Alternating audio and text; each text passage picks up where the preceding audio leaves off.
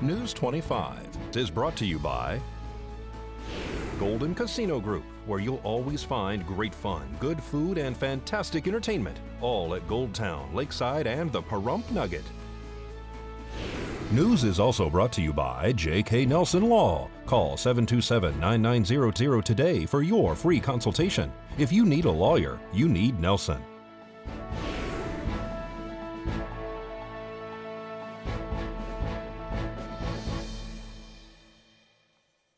Veterans now have easier access to medical care, and fire crews rescue a bird stuck in an unusual location. News 25 starts now. This is News 25 with Eunette Gentry. News 25. Local coverage you can count on. The local VA clinic goes high-tech for better patient care. It's Thursday, January 30th. I'm Eunette Gentry. Well, the U.S. Department of Veterans Affairs is leading the way in telehealth innovation, ensuring veterans can access care when and where they need it. VA telehealth services launched back in 2017 to provide better healthcare options for veterans living in rural areas. And today in Pahrump, that technology is helping nearly 900 veterans access high-quality VA care. Here in Pahrump, it's just been a challenge. The area is a geographically just challenging place to recruit quality talent, quality physicians. And so we've had to think out of the box as far as how do we continue primary care access here in Pahrump. Our team is basically comprised of a group of doctors that are hired for the purpose of seeing patients in rural clinics that need doctors. I am assigned to Pahrump, and I've been there for over a year now. And so they schedule my entire day with telehealth visits with Pahrump patients. And so these patients now belong to me. They're on my panel, and they're my little babies, and I take care of them every day. I just felt that I wanted to have my doctor there in the room with me. I just felt that being on telehealth was not going to be sufficient medicine. You know, at first there was a lot of hesitancy. You know, a lot of our veterans here in Pahrump want that doctor physically here, face to face. And we want that too. We want to be able to do that, and that's why we continue our recruitment efforts. Our priority is to continue the care and make sure we have consistent access. So my message has always been, you know what, let's just try it, right? We want to make sure your needs are taken care of. And once they visit with her and see how great she is and connect with her, realize that, yes, they can get a physical exam, they can get their questions answered, they get the medications that they need, then attitudes have changed, and they've really been able to really connect with her and continue the care. My opinion has changed drastically because, you know, when I first saw Dr. Sarna, we started talking. She's on the screen, and she went over everything in my medical record. Yeah. Not just some of it. I mean, she was very familiar with everything, and she asked all the right questions. How I felt, what I felt, and what I was there for. She wanted to make sure I knew my history as well as she knew it. So there's a nurse on the other side that comes into the room when we're ready for the exam. She places the stethoscope on their heart, and then we're able to hear it on this end. There's challenges anytime that you work with technology. So there are days where it doesn't work. There are days where it's not working, you know, it's not working up to speed. It does slow us down a little bit when we have, you know, as a doctor, when you have someone else that needs to come in order for you to do the exam. But after being here for a few months, we kind of got into the hang of things, and we got into a rhythm, and it's smooth sailing at this point. If they get a doctor here, I know there are quite a few guys that are looking for a doctor. I like Dr. Sarna. I like the telehealth system. It works, and I'd rather stay with her. I think most of them are very happy with this. It's a new way of seeing patients, and for them it's also a new way of seeing the doctor. And I think most of them are a little bit skeptical at the beginning, but after we finished the visit, they realized that we did everything that we would have done had I been there in person. And most importantly, they're getting the care they need, they're getting their medications refilled, renewed, and they're getting their problems addressed. We're excited about modernizing the VA and the technology. Our telehealth program, we started here and launched in Pahrump. We've expanded to even our clinics in Las Vegas. We're excited about that, excited about new tools coming up to be able to monitor our veterans different ways at home. So exciting to be able to provide our veterans with multiple ways to connect to care that they deserve. You can learn more about the VA's telehealth services by stopping in the Pahrump VA clinic or by going online to telehealth.va.gov. And Island Express Helicopters, the company that owns the helicopter that crashed Sunday, killing NBA legend Kobe Bryant and 8 others, is now suspending all flight service for operational reasons. Investigators are trying to determine what caused that crash and whether the pilot should have been granted special permission to fly in those foggy conditions Sunday morning. FAA records revealed Island Express was certified only for flights using visual flight rules. Visual flight rules require pilots to stay clear of clouds and in good visibility while using both visual and instrument navigation.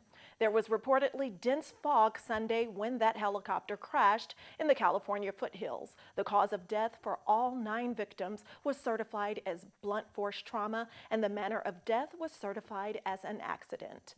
The group had been on the way to a basketball game Sunday morning when that helicopter crashed in Calabasas, California. There unfortunately were no survivors. And stay tuned, we'll be right back here at KPVM News. You're watching KPVM News 25. Local coverage you can count on.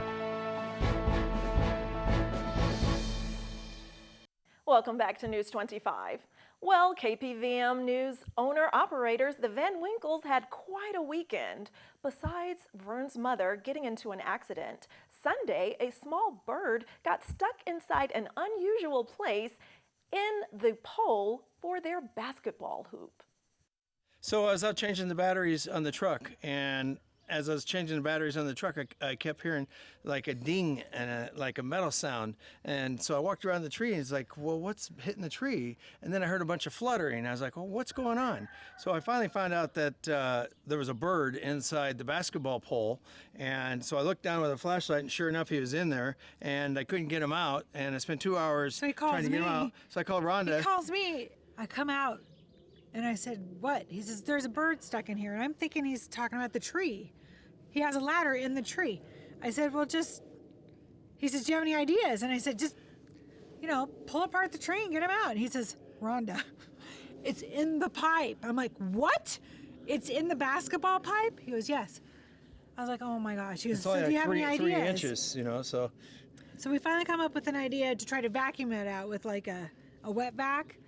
So we had to seal off all the air as much as possible. We put a net on the end of it, hoping it would be strong enough to pull him up, but that did not work. No. We tried that twice. So then we put a pole in there with a net, like a 2-inch net going down, thinking that, well, if he's working his way up the pole, maybe he might grab onto the net and work his way out. So that didn't work. So I finally called Scott Lewis and said, hey, I got a bird in a pole. Can you come out, help me get it out? So they came out and after 2 hours cut the pole, and the bird, when they started doing the sawzall, decided to get the strength up and fly out the top, and we're pretty sure when the basketball court is now yeah, he kind of flew out then when he fell over. Well, because the captain captain got up there and looked, and he saw the bird, right? So we know we're not crazy. So they're down there cutting away. Finally, they tilt it, and that's when he takes off. And as soon as they tilted it, there was no more bird, and they checked down. So the only thing is when they tilted it, he had to get out and fly away. Yeah, and he's not there because we've checked really well, so he must be healthy enough to fly. But it's a good thing you saved him, because thank God for the Pahrump Valley Fire Department. Woo-hoo! Good job, guys. Thank you. All right, glad everything worked out. Thanks so much to the Van Winkles for that great story. All right, and in Nye County, a plaque and bench have been installed in memory of Art Bell at the Calvada Eye. Art was a longtime Pahrump resident and radio personality who unfortunately passed away back in April 2018 of a drug overdose at the age of 72.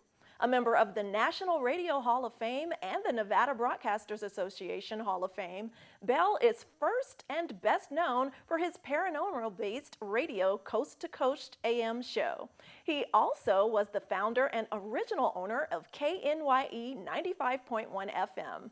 In 1999, which still operates today.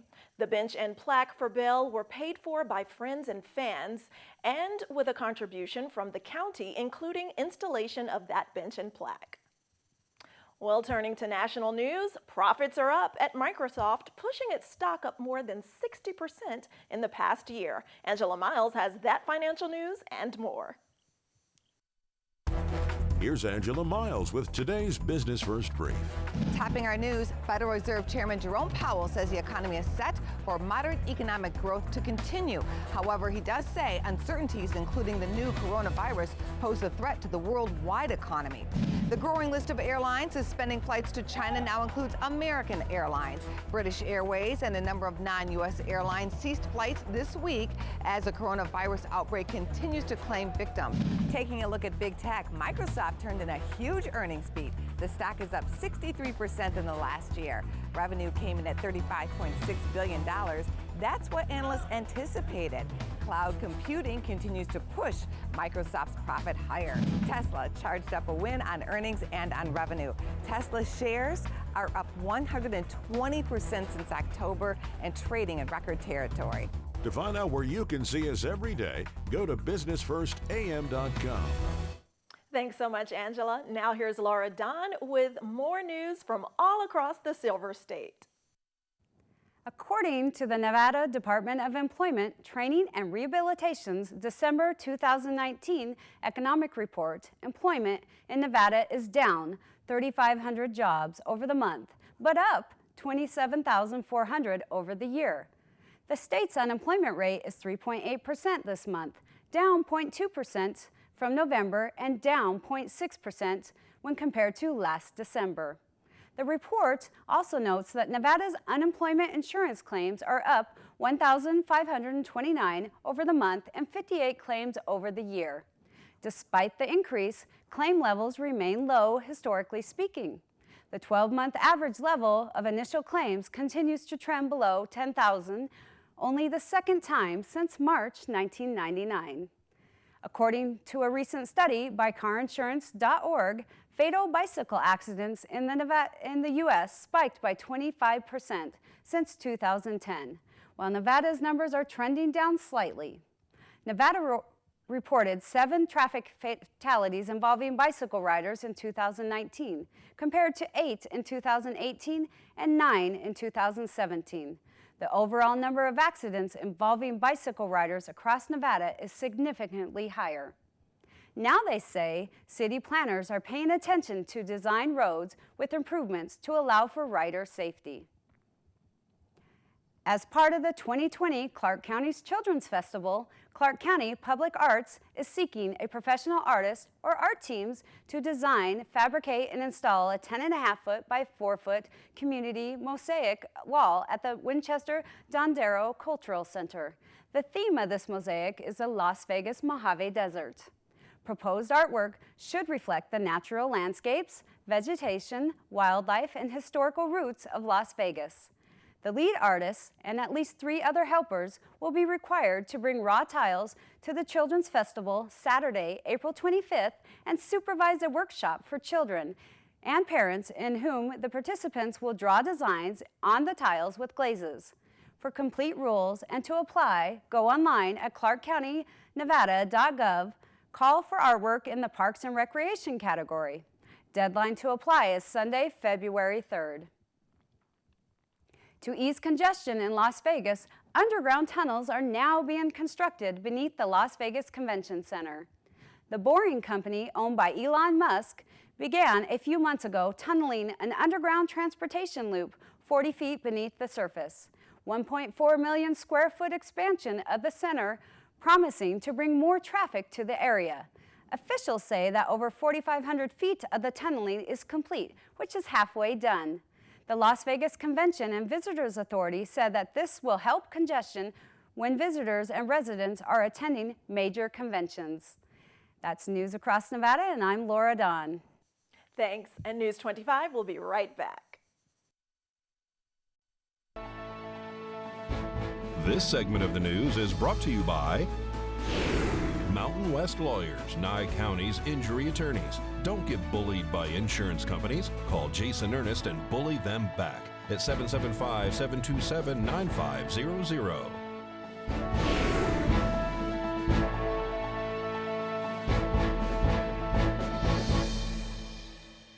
Welcome back. Well, if you're a fan, the circus is in town. The Ventura Stars Circus, that is. The big top's been going up for the past few days at Patrick Park. And the circus kicks off its 5-day run tonight. Martina Rodriguez spoke with News 25 about what you can expect to see. Tell me what we're going to be seeing. You're going to be seeing juggling, acrobats. You're going to be seeing in a swing, like hula hoops, King Kong, yeah. He's very tall and very, yes. And actually animated. Mm-hmm. Yeah, it's electrical, so it moves and like screams and stuff. We started in Las Vegas, but we're all from different places like Chile, Mexico, Argentina. So a lot of different performers here tonight. It's going to be a great show. What's the prices to get in, and is there any deals right now? So kids are $15 and adults are $20, but if you come with tonight, there's actually a deal which if you bring these tickets, it's like opening night, adults come in free, and then every day there's like small tickets in like any store, and you can come in free, like the kids can come in free. We have popcorn, nachos, hot dogs, drinks, you name it. You can buy light up souvenirs, you can buy these cool glasses, a lot of stuff. Yeah. All right. So come on by. It's opening night, so you get a special deal. And is there a website to find out more information? Yeah, on Facebook we are Ventura Star Circus, and then on Instagram is Ventura Star_circus. News 25 Weather Cam is brought to you by Lerner and Rowe Injury Attorney's Office in Pahrump. In a wreck, need a check? Call 702-877-1500. All right, it's time to take a look outside through our Lerner and Rowe weather cam at what conditions were like earlier today. Look at that picturesque view over Pahrump. We'll take a closer look at our forecast and what you can expect right after this break.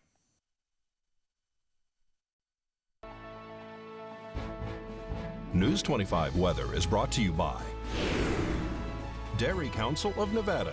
The splash of cream in your coffee, the dollop of sour cream on your burrito, the melted toasty cheese on your pizza. Undeniably delicious, undeniably dairy.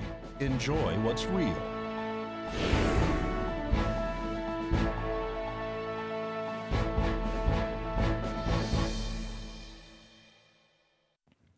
Hello and welcome back to News 25. I'm Michael Donohue with today's weather.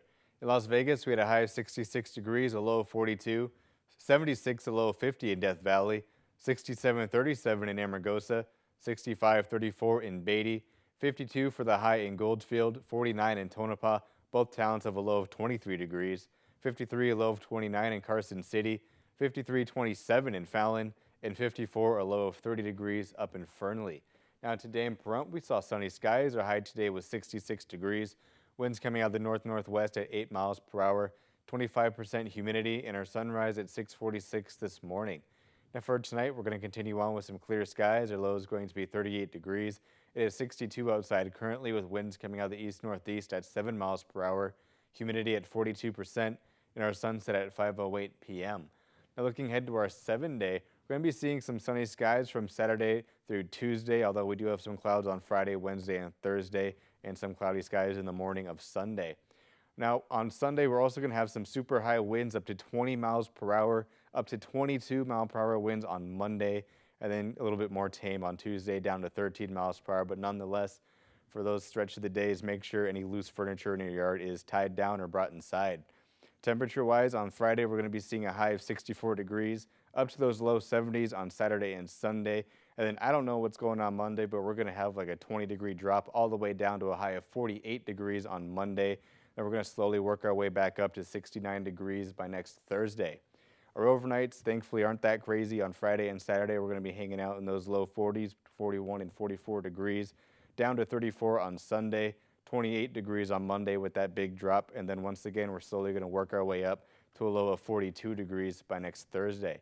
So now with that, we're going to throw it back to the desk with Eunette. Thanks so much, Michael. Well, that does it for this edition of News 25. I'm Eunette Gentry, and from all of us here at KPVM and Ace Country Radio, thanks so much for joining us tonight, and we will see you again tomorrow. Good night.